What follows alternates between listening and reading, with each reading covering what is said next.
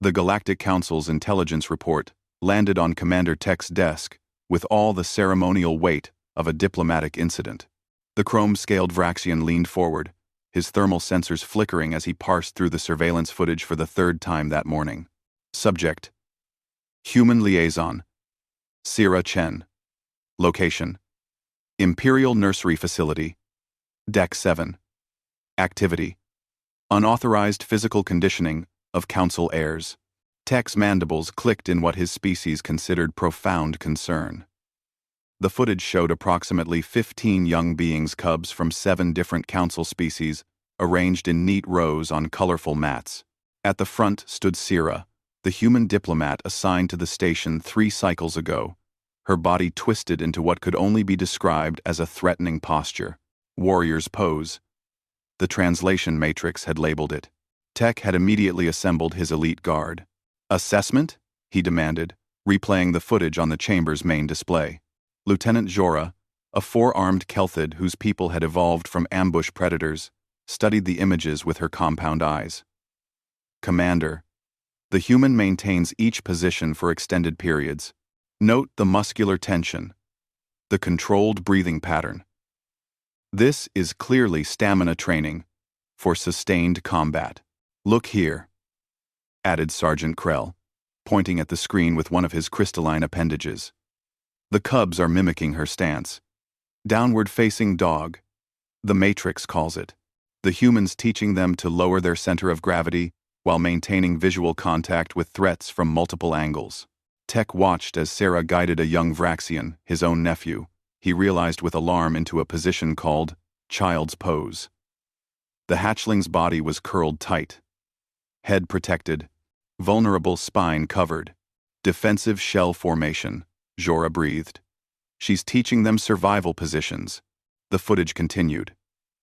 Sarah moved through something called a sun salutation. Her movements, fluid and precise. The cubs followed, some stumbling, others adapting the poses to their unique physiologies. A Kelthid cub managed the tree pose quite well, with 4 arms for balance. A gelatinous blorp simply absorbed the concept and wobbled contentedly. How did she gain access to the nursery? Tech asked. The caretakers invited her, Krell admitted. They said the cubs were restless after the station's artificial gravity fluctuated last week. They've been having nightmares. The human offered to help them. Calm down. Indifade. Calm down. Calm down. Tech's thermal sensors flared red. By teaching them combat techniques, what the commander didn't see, what the surveillance equipment couldn't capture, was the sound of Sira's voice, soft and encouraging. Breathe in through your nose, little ones. Out through your mouth. Feel your body relax. You're safe here. You're strong here. Or the way little Nixil, the Vraxian hatchling, had finally slept through the night after learning to breathe through his belly like Miss Sarah showed us. His parents had been grateful enough to send Sarah a basket of thermal berries. The council was less grateful. The human must be detained for questioning, Counselor Prax declared during the emergency session that afternoon. The elderly Thurian's skin patches glowed with agitation. We cannot have a human of all species training our young in combat arts. With respect, Sira said, standing before the half-circle of council members. It's not combat training. It's yoga. We have reviewed your Earth's historical databases, Prax countered. Yoga derives from warrior traditions. Warriors who, I might add, came from a species that survived an ice age, eliminated most megafauna on their planet, and somehow made it to space despite having no natural armor, venom, or telepathic abilities. We had stubbornness, Sira offered with a slight smile, and opposable thumbs. Tech stepped forward from his position by the chamber door. The human's methods appear aggressive to council standards. We found her teaching the cubs something called warrior pose. There are 3 warrior poses, actually, Sira corrected gently. They're named after a spiritual warrior, not a violent one. They're about inner strength, balance, And peace. Peace, Counselor Jara, a floating neural cluster surrounded by bioluminescent membranes, pulsed skeptically. Then explain. Cobra pose. Cobras are predators from your world. It's a backbend that strengthens the spine and opens the chest. It helps with breathing, Sarah demonstrated, arching gracefully. Several counselors flinched backward. You see? Prax gestured wildly. It's stretching. Commander Tech raised a clawed hand for silence. Human Sarah. Perhaps you could explain the purpose of these exercises. Why teach them to our cubs? Sarah's expression softened. Because I saw them struggling after the gravity incident. They were anxious, couldn't settle, having trouble sleeping. Yoga helps with anxiety. It teaches body awareness, breath control, and mindfulness. It helps you feel grounded and safe in your own body. And the combat applications? Tech pressed. There aren't any. Well, Sarah paused, choosing her words carefully. Yoga does build strength, flexibility, and balance. And yes, historically, some warriors practiced it. But so did scholars, healers, farmers, and parents. It's not about fighting others. It's about finding peace within yourself. Counselor Jara's membranes flickered thoughtfully. Our psychologists have noted improved emotional regulation in the cubs who attended your sessions. Nixil's night terrors have ceased entirely. Little Vexa asked her parents when the bendy time with Miss Sarah would happen again, added another counselor quietly. Prax wasn't convinced. The human species is known for their deceptive nature. They call things harmless, and then those things become weapons. They turned agriculture into terraforming. They turned children's games into military strategy simulations. They turned cooking into chemistry, chemistry into medicine, medicine into biological warfare.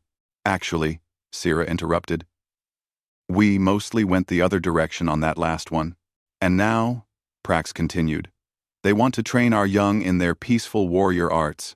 Next, they'll teach them harmless meditation techniques that turn out to be tactical planning exercises. Sarah pinched the bridge of her nose, a gesture Tech had learned meant she was summoning patience. Counselor, I promise you, meditation is just sitting quietly and watching your thoughts. That's it. No tactics involved. Watching your thoughts? Zara pulsed curiously. Humans can observe their own cognitive processes? Sort of. It's more about noticing them without judgment. Fascinating, Jara murmured. The psychological applications alone, Tech found himself in the unusual position of moderating between paranoia and curiosity. He'd spent enough time with Sarah over the past 3 cycles to know she genuinely cared about the station's residents. He'd watched her diffuse a trade dispute by simply listening until both parties exhausted themselves. He'd seen her fix the cafeteria's protein synthesizer with nothing but patience and a maintenance manual she'd read in her spare time. But he'd also read the reports about humans, how they'd somehow convinced the warlike Kresh to try diplomacy by beating them in single combat and then offering medical aid, how they'd terraformed a toxic moon by introducing earth plants that just happened to convert the atmosphere, how they approached every problem with alarming creativity and unsettling optimism. A compromise, he announced. Human Sarah may continue her yoga sessions, under supervision. We will monitor both the cubs and the techniques. If our xenop psychologists determine there is any combat application being taught, the program ends immediately. Sarah nodded gratefully. That's fair. However, Tech continued, you will also teach interested adults, including my elite guard. Jora's compound eyes widened in surprise. Krell's crystalline structure resonated with confusion. Sir? Jora asked. If this is truly beneficial for stress and physical conditioning, we should investigate it properly. Tech's thermal sensors flickered the Vraxian equivalent of a wry smile. Besides, if the human is secretly training our cubs as warriors, I want our soldiers to know the same techniques. 3 weeks later, Tech found himself in Warrior 2 pose. his muscular legs burning, his arms extended, his breath controlled despite the strain. Around him, his elite guard, the most formidable fighters from 5 different species, trembled in similar positions. "Feel your strength," Sarah said softly, walking between them. "Not aggressive strength. Grounded strength. Steady strength. You're not fighting anyone. You're simply being present in your body, in this moment." Tech's nephew Nixil watched from the doorway with several other cubs, giggling at the sight of the imposing commander shaking slightly. 5 more breaths, Sarah counted. "You're doing great." Sergeant Krell collapsed out of the pose with a crystalline chime of defeat. "This is harder than combat," he gasped. "That's because you're fighting yourself instead of an enemy," Sarah explained. "In combat, you have adrenaline, focus, purpose.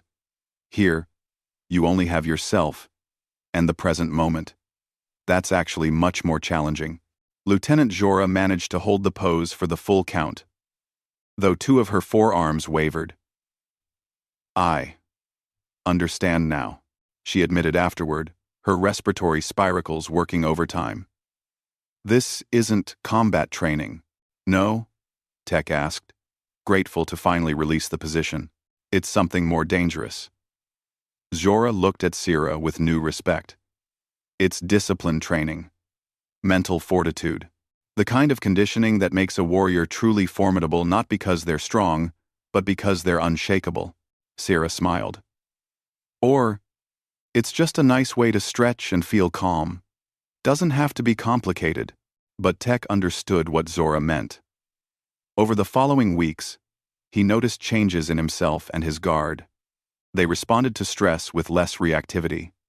They made decisions with clearer minds. They slept better, performed better, and perhaps most surprisingly complained less about the station's various diplomatic headaches. The cubs' improvement was even more remarkable. The nightmares ended across the board. Behavioral incidents in the nursery decreased by 70%. The young ones seemed more confident, more settled, more capable of regulating their own emotions. Counselor Prax remained suspicious, of course. He submitted daily reports, warning of the long-term implications of allowing a human to influence council youth. But even he couldn't argue with the results. 6 months into the program, the station faced a genuine crisis when a solar flare knocked out half the life support systems. Emergency protocols activated. Alarms blared. Panic rippled through the civilian sectors. And in the nursery, Sarah sat cross-legged on the floor, surrounded by 15 cubs from 7 species, all breathing slowly and steadily. "Close your eyes, little ones," she said calmly. "Feel your belly rise and fall. Listen to your heartbeat. The adults are fixing the problem. Right now, all we need to do is breathe." Little Nixil's thermal sensors were flickering with fear, but he closed his eyes and breathed. The others followed. Commander Tech, racing through the corridors to reach the nursery, found them like that, an island of calm in a sea of chaos. Sarah looked up at him, still breathing slowly, and he felt his own panic settle. "Status?" she asked quietly. "Under control. Repairs underway. Your section is stable." She nodded. "Then we'll just keep breathing until the all-clear sounds." Later, when the crisis had passed and the station returned to normal operations, Tech updated his report on the human liaison. Subject: Human Sarah Chen. Activity: Yoga instruction for all ages. Classification: Previously determined. Combat training is confirmed to be stress management and physical conditioning. Side effects include improved emotional regulation, better sleep patterns, increased flexibility, and enhanced crisis response in both children and adults. Threat level: none. Well, unless you consider inner peace threatening. Recommendation: continue program. Consider expanding to other council stations. Note: if humans can accidentally improve our military readiness while trying to teach relaxation techniques, imagine what they could do if they were actually trying to help us fight. Secondary note: On second thought, let's just stick with yoga. He paused before submitting the report, remembering something Sarah had said during his first class.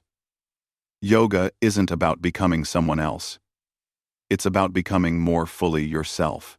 Perhaps that was what made humans so formidable, Tech reflected. Not that they were warriors, though they could be, when necessary.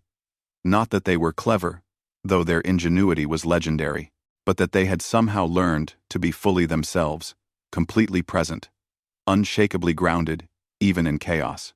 They'd survived an ice age not through scales or venom or telepathy, but through the simple, profound ability to adapt while remaining fundamentally human. And now, in their typical fashion, they were teaching the rest of the galaxy to do the same one downward dog at a time.